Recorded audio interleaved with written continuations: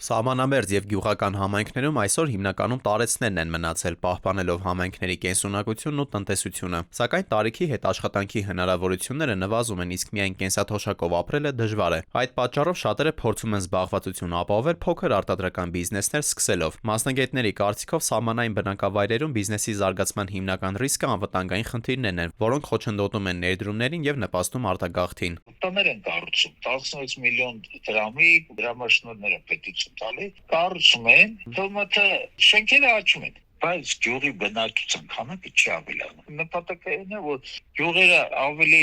բնակչությունը շատանա, ընդհանուր տնտեսական ակտիվություն կլինի, բայց իրական պատմությունը ցույց է տալու, որ շենքերը ավելանում են, բնակչությունը չի ավելանում։ Այդ լուրջ խնդիր է։ Կառավարությունը համայնքային մակարդակում տնտեսական շրջանառության աշխուժացման նպատակով առաջարկել է նոր նախագիծ, որով նախատեսում են աջակցել 63-ից 72 տարեկան քաղաքացիների բիզնես նախաձեռնություններին։ Այն կարող է ուղղվել տեղական պահանջարկ ունեցող փոքրածավալ արտադրական, ծառայությունների, արհեստագործական, գյուղատնտեսական, ստեղծագործական եւ այլ տնտեսական գործունեությունների իրականացմանը։ Ակնկալում են, թե դա կնպաստի համայնքներում փոքր տնտեսական նախաձեռնությունների թվի աճին, ինչպես նաեւ ընտանեկան եւ միկրոձեռնարկատիրական մոդելների զարգացմանը։ Ըստ փորձագետների, ծրագիրը պետք է ունենա վերահսկման մեխանիզմներ։ Աջակցությունը տրամադրվում է ներկայացված գործարար գաղափարների գնահատման արդյունքում ձևավորված վարկանիշային ցանկի հիման վրա։ Մեկ շահառուի համար նախատեսվում է մինչև 2 միլիոն դրամ աջակցություն։ Իրականացումը փուլային է, տարածքային առաջնահերթություններով։ 2 միլիոն դրամը որ տալիս են,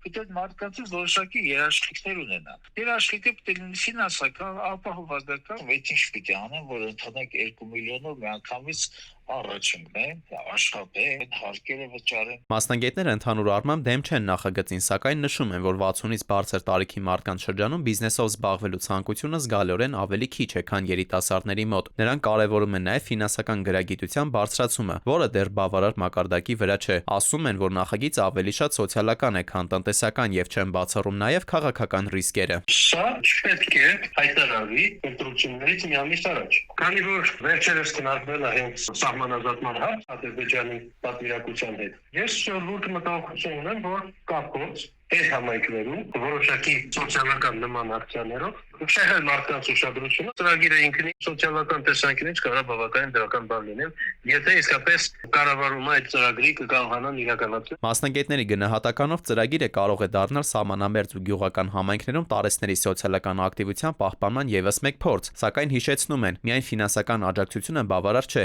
առանց անվտանգության, կայուն բնակչության աճի եւ երկարաժամկետ տնտեսական միջավայրի։ Դավիթ Թադևոսյան, ժամը լրատվական։